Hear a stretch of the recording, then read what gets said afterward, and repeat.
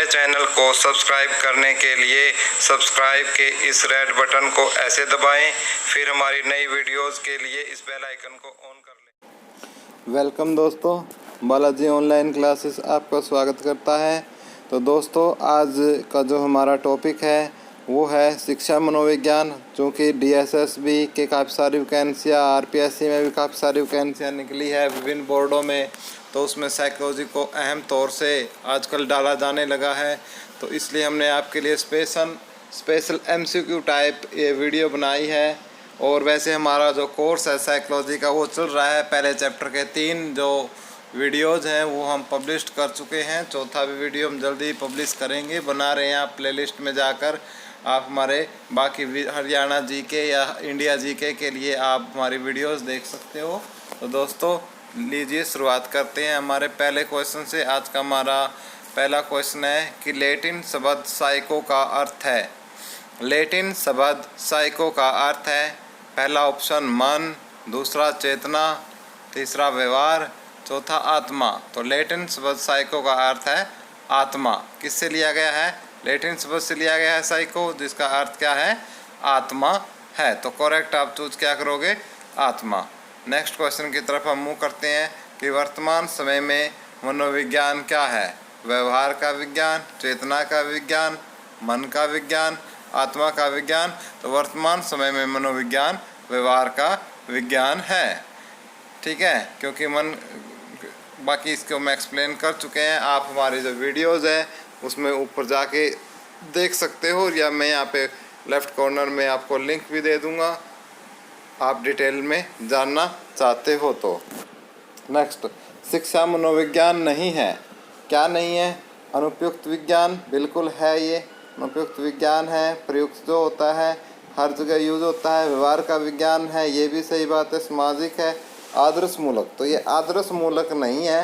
बाकी तीनों के तीनों जो विज्ञान है ये आपके शिक्षा मनोविज्ञान के अंतर्गत आते हैं।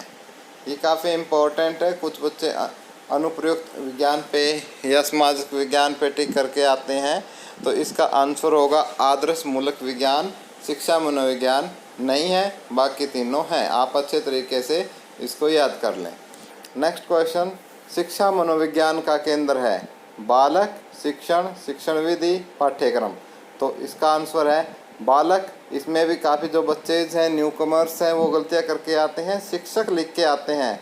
तो जो शिक्षा मनोविज्ञान का जो केंद्र है बालक, बालक केंद्र शिक्षा है। सब बच्चे के अनुसार हमें पढ़ाना है, ये सब शिक्षा मनोविज्ञान एजुकेशनल साइकोलॉजी हमें बताती है। नेक्स्ट क्वेश्चन, साइकोलॉजी शब्द किस भाषा से बना है? तो इंग्लिश, रूसी, लैटिन, ग्रीक। तो ये ग्रीक भाषा से बना है। बहुत सारे हमारे विद्यार्थी हैं, हमने टेस्ट में देखा है, वो लैटिन करके आते हैं इसको। तो लैटिन जो है वो करेक्ट आंसर इसका नहीं है, इसका करेक्ट आंसर है ग्रीक। तो साइकोलॉजी शब्द ग्रीक भाषा का लैंग्वेज है। ग्रीक भाषा से साइकोलॉजी शब्द बना है। और साइको का अर्थ होता है आत्मा, लॉजी का अर्थ होता है अध्ययन। साइको प्लस लॉजी 2 शब्दों से मिलकर बना है।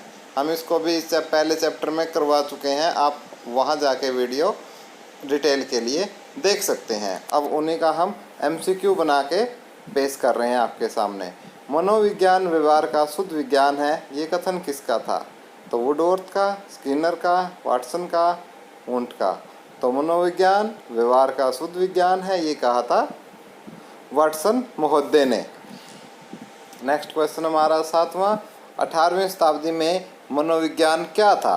व्यवहार का विज्ञान था, चेतना का विज्ञान था, मन का विज्ञान था, आत्मा का विज्ञान था। तो 18वीं शताब्दी में मनोविज्ञान मन का विज्ञान था। नेक्स्ट क्वेश्चन की तरफ हम मूव करते हैं कि 20वीं शताब्दी में मनोविज्ञान क्या था? व्यवहार का विज्ञान था, चेतना का विज्ञान था, मन का विज्ञान था, आत्मा का विज्ञान था। तो किस 20वीं शताब्दी में था? व्यवहार का विज्ञान, जो कि अब भी चल रहा है। तो आप यहाँ से इसको याद कर सकते हैं। और ये सबसे इम्पोर्टेंट है। पता नहीं कितनी बार, 20 बार, 30 बार, कितनी बार ये एग्ज़ाम में पूरे अलग अलग देश के अलग अलग टेस्टों में ये पूछा जा चुका है क्वेश्चन। 16वीं शताब्दी में मनोविज्ञान क्या था? व्यवहार का विज्ञान, चेतना का विज्ञान, मन का विज्ञान, आत्मा का विज्ञान। तो 16वीं शताब्दी में था आत्मा का विज्ञान माना जाता था इसको। प्रारंभिक में 16वीं शताब्दी में तो आत्मा का विज्ञान था। अच्छे तरीके से याद कर लो, इनके एग्ज़ाम में गलत होने के बहुत ही प्रबल चांस रहते हैं, तो इनको आप अच्छे तरीके से लर्न अप कर लो। नेक्स्ट क्वेश्चन हमारा 10वां, कि 17वीं शताब्दी में मनोविज्ञान किस प्रकार का था? 17वीं शताब्दी में था आपका व्यवहार का, चेतना का, मन का या आत्मा का? तो किस प्रकार का था?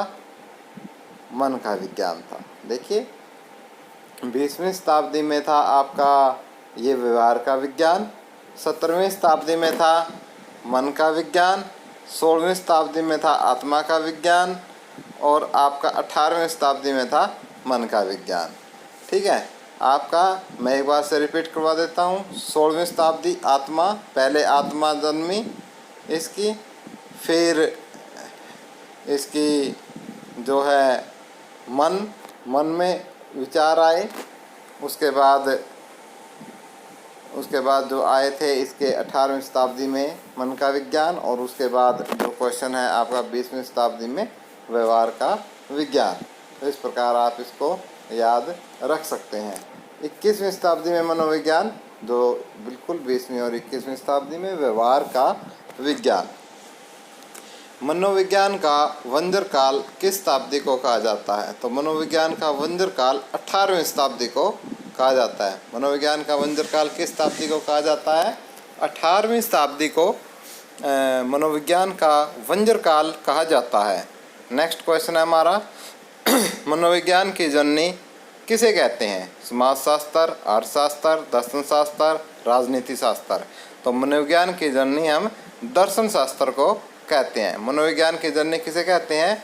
दर्शन शास्त्र को मनोविज्ञान की जननी कहते हैं।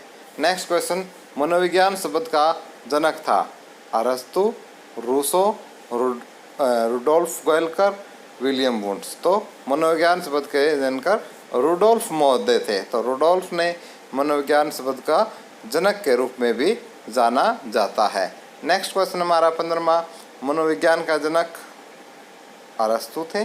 देखो वहाँ हम बात कर रहे थे शब्द के, मनोविज्ञान शब्द के, तो शब्द की यदि बात करें तो रुडोल्फ गोयलकर थे, और यदि मनोविज्ञान की बात करें तो अरस्तु थे। क्लियर है ये बात? दोनों क्वेश्चन आपको क्लियर होने चाहिए। नेक्स्ट क्वेश्चन की तरफ हम मूव करते हैं कि जन्म के समय शिशु में कौन सा संवेग होता है? तो जन्म के समय शिशु में उत्तेजना, क्रोध, प्रेम या भय? तो जन्म के समय होता है इनमें से उत्तेजना। जो क्रोध, भय और है आपके बच्चे में, ये बाद में जन्म लेते हैं।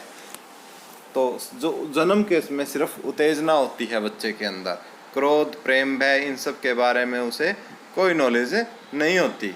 नेक्स्ट क्वेश्चन, भय, क्रोध, प्रेम और पीड़ा नामक 4 प्रमुख संवेग शिशु में विकसित हो जाते हैं। तो ये जैसे मैंने अभी बात किया था, तो जन्म के समय उत्तेजना होती है, उसके बाद भय, क्रोध, प्रेम और पीड़ा। तो ये इस प्रकार के जो ये संवेग है बच्चे में कब विकसित होते हैं? तो ये बच्चों के 2 साल बाद बच्चे में ये विकसित होते हैं। तो भय, क्रोध, प्रेम, पीड़ा नामक 4 प्रमुख संवेग आप अच्छे तरीके से याद रखो। ये 2 वर्ष के बाद बच्चे में ये विकसित हो जाते हैं। नेक्स्ट क्वेश्चन, किस अवस्था के प्रारंभिक वर्षों में सामाजिक भावना का अभाव रहता है? तो किस अवस्था के प्रारंभिक वर्षों में सामाजिक भावना का अभाव रहता है? बाल्यावस्था, शैशवावस्था, किशोरावस्था, प्रौढ़ावस्था? तो जो प्रारंभिक वर्षों में सामाजिक भावना का अभाव रहता है, शैशवावस्था में बच्चे के कोई सामाजिकता के बारे में उसे नहीं पता होता। ठीक है, तो ये है आपकी शैशवावस्था। शैशवावस्था के संबंध में सही है, छोटा शिशु, पहली बात बोलता है कि छोटा शिशु अकेला ही खेलना चाहते हैं। बी, शैशवावस्था के अंतिम वर्षों में शिशु में सामाजिक भावना का विकास होने लगता है। 4-5 वर्ष का बालक अपने छोटे भाई बहनों का बचाव करने का प्रयास करता है।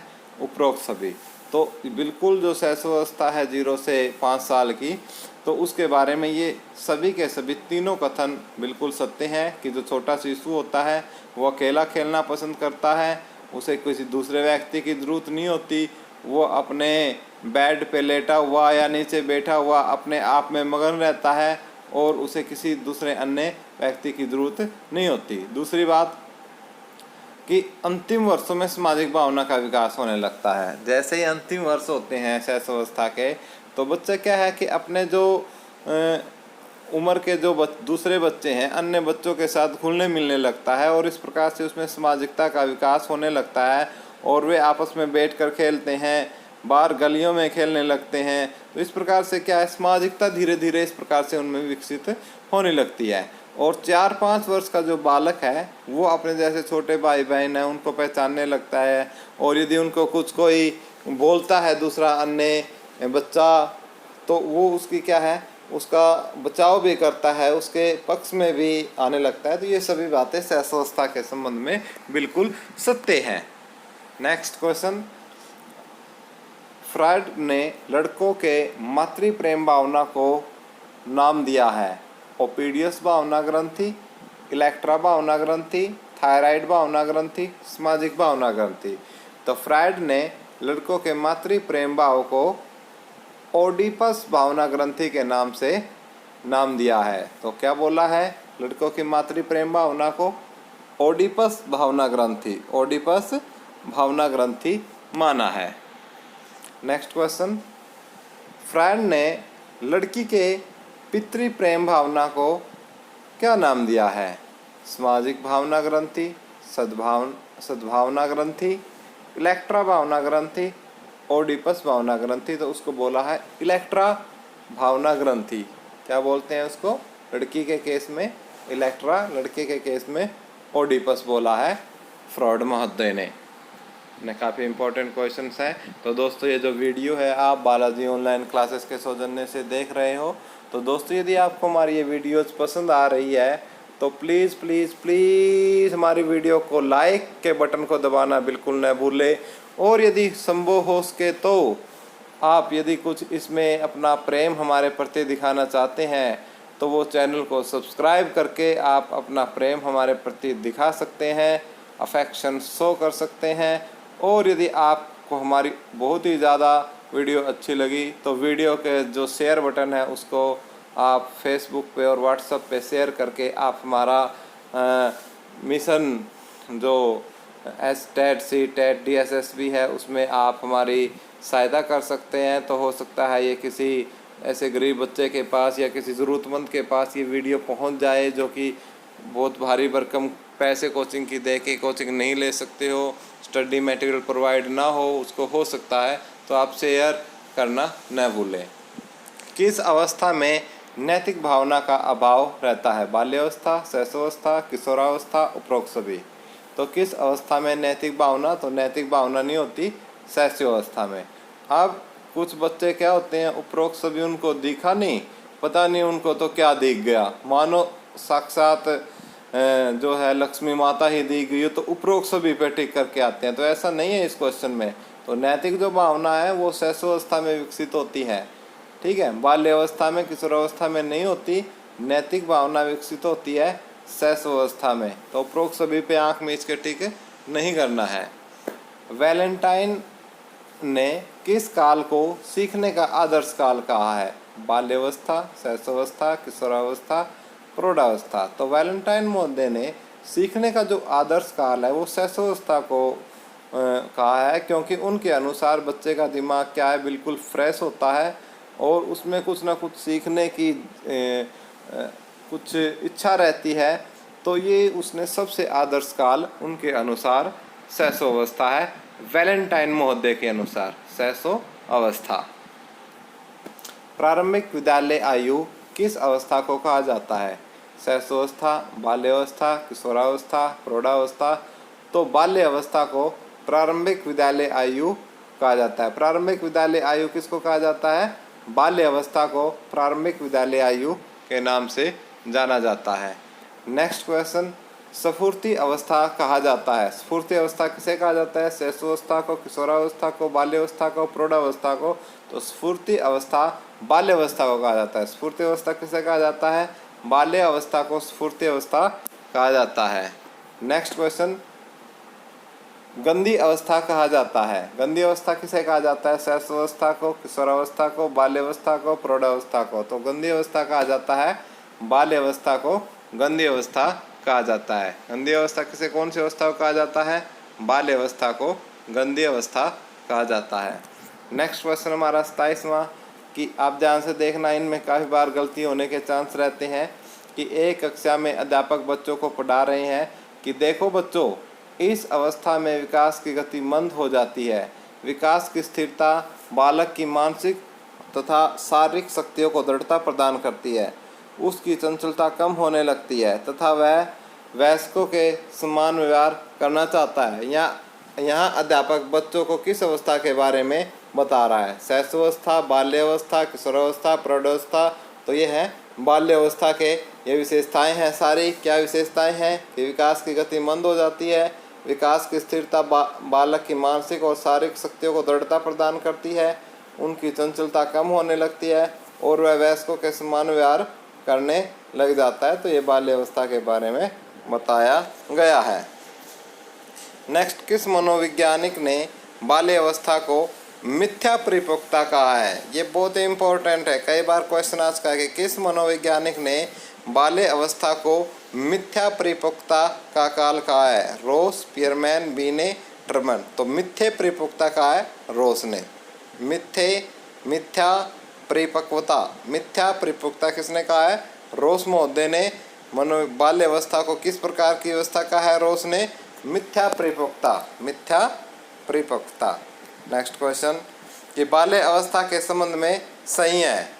बालक में जिज्ञासा प्रवृत्ति अत्यधिक होती है, बालक में आत्मनिर्भरता की भावना विकसित हो जाती है, बालक रचनात्मक कार्यों में रुचि लेने लगते हैं, उपरोक्त सभी। तो बाल्य अवस्था के बारे में ये तीनों बातें बिल्कुल सही हैं। बालक में जिज्ञासा की प्रवृत्ति बहुत ज़्यादा हो जाती है, ये भी बात सही है। कि बालक में आत्मनिर्भरता की भावना विकसित हो जाती है, ये भी बात सही है।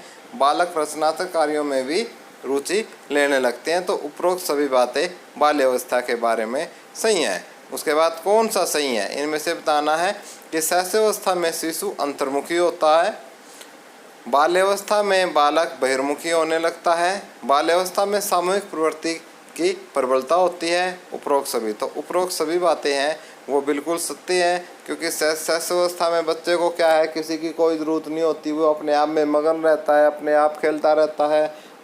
तो वो अंतर्मुखी होता है, वो खुद अपने रचना करता रहता है। बाल्यावस्था में बालक बहिर्मुखी होने लग जाता है और सामूहिक प्रवृत्ति है जो उस पर भी बल देने लगता है और समाज के साथ यानी ग्रुप में बच्चों के साथ रहने लग जाता है। तो उपरोक्त सभी की सभी बातें बिल्कुल सत्य हैं। तो दोस्तों, ये कुछ हमने इम्पोर्टेंट क्वेश्चन थे जो आपके साथ शेयर किए। हो सकता है कि आगे आने वाले एग्ज़ाम में ये आपके काम आ जाए। और हाँ दोस्तों, वीडियो अच्छी लगी हो तो प्लीज़ लाइक और शेयर करना फेसबुक और व्हाट्सएप पे न भूलें। आप टेलीग्राम चलाते हैं तो टेलीग्राम पे भी आप शेयर कर सकते हैं। और हाँ दोस्तों, जिन्होंने अब तक हमारा चैनल सब्सक्राइब नहीं किया है वो भाई बंधु हमारे चैनल को सब्सक्राइब कर लें, और जिन्होंने किया है उनको कोटि कोटि धन्यवाद। Thank you friends, bye, take care, have a nice day.